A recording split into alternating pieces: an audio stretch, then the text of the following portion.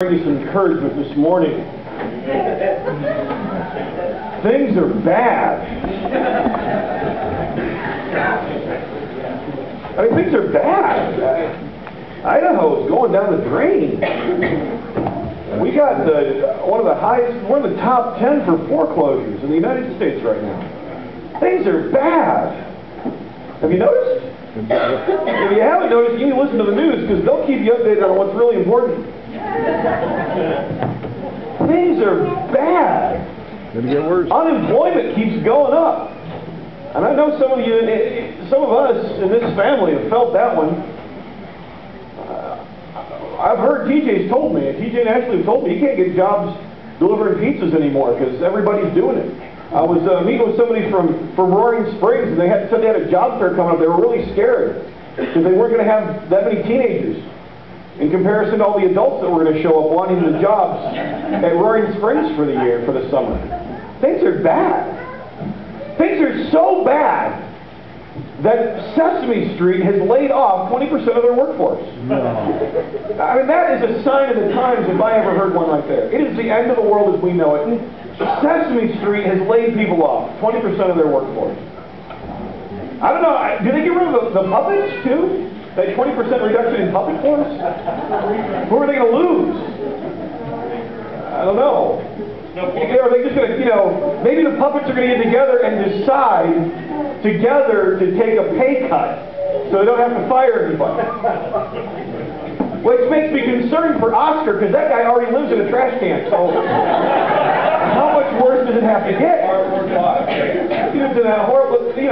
Now the upside of this is I think that it's time in this kind of economic condition that we keep kids quicker about math. I don't know if you've heard it, everyone say, oh, other countries have better math scores than our kids do, our education. I think it needs to start with Sesame Street, and this is a great opportunity because now we can go to some, harder math problems like if I have 10 employees and 20% are laid off, how many are left?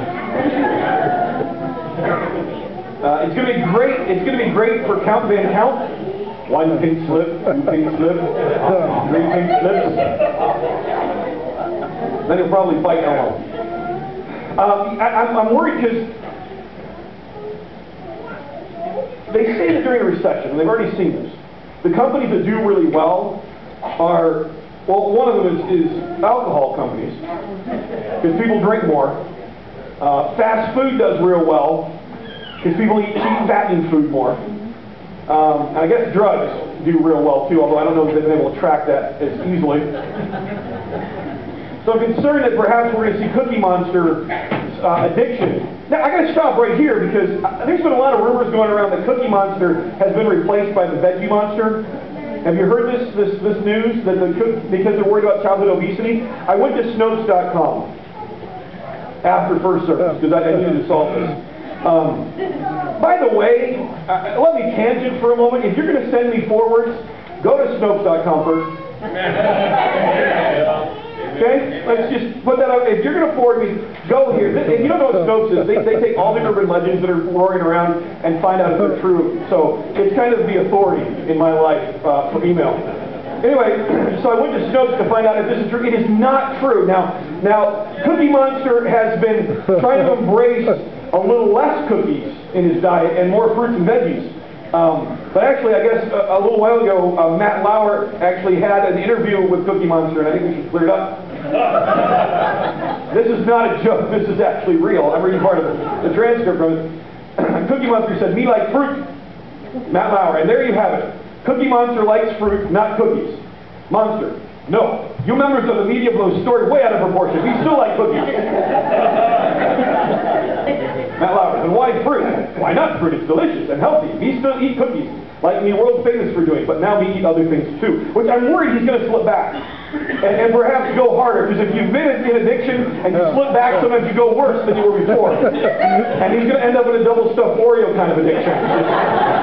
Right off the end with that. Things are bad.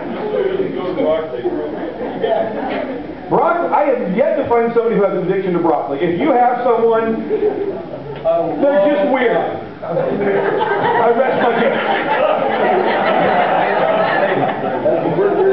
See, if you open the door up that wide, Kenny, I'm walking through. I open it. Pray for Kenny. Things are bad. Well, seriously, I mean, you know they're bad. You've experienced it in your own life, and maybe not just the economy. Maybe the economy hasn't hit you. Maybe you haven't looked at your 401k statement. The 401k has become a 201k. Reduced in price. But sometimes watching the news, and not just that, but looking at life, sometimes it really feels like it's the end of the world as we know it. Something's happening. The world is spinning a little bit out of control, and it reminds us of that REM song. It's the end of the world as we know it. And I feel fine. Or do I? That's kind of where we're going with this sermon series. It's the end of the world as we know it, and I feel fine. Or as we put it there, and I feel fine. Our inspiration for this series is found in the book of Daniel. If you have it, go to Daniel. Because the parallels between Daniel and our life are pretty substantial and pretty significant. Daniel was a guy living in the city of Jerusalem. He was one of the nobility. He was either of the king's line, or he was one of the, up-and-coming young men, upper-class nobility in the city. Had a good life. Easy life. And then, stuff starts to really go wrong. Daniel chapter 1. During the 3rd year of King Jehoiakim's reign in Judah, King Nebuchadnezzar of Babylon came to Jerusalem and besieged it. Now, let's just stop there and do a quick history lesson. If you hate history, be brave. If you love history, you probably know this already. Alright, leave that up on the screen. During the 3rd year of King Jehoiakim. Who's King Jehoiakim? Okay? Well, you got to take a quick look back. We're going to do the history of the Israelite nation in like 30 seconds or less. In Egypt, Abraham has children, go to Egypt, survive famine, get big, get enslaved. God takes them out, takes them to freedom, through the desert, 40 years, into the promised land. Woohoo! We made it! They plant themselves in the promised land. They have children. They spread out. They take over a bunch of the countryside, but they don't do what God says. They don't get rid of all of the people in the promised land. These people then end up to be a snare and a temptation to them and lead them to other gods. So then we get this cycle of them coming to God, going back to God, going to God, coming back to God, very similar to our own lives. If I hit 30 seconds yet, I think I'm running out of time. Quickly.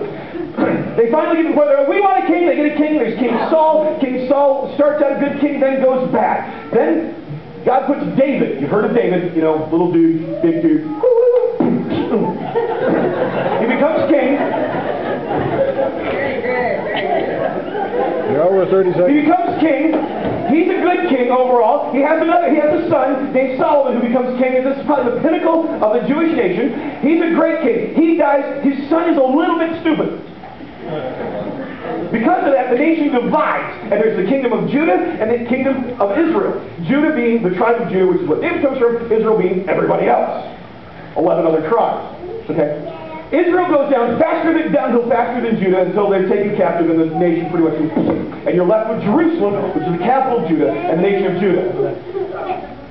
They keep on this downward slide overall. Some notable bumps, but overall they're on a downward slide. And when I say downward slide, we're talking they're heading down into some pretty messed up junk. And by messed up junk, I mean things like sacrificing their children. I'm not going to go into a lot more detail because some of it's kind of gross for this mixed audience we have this morning. But a whole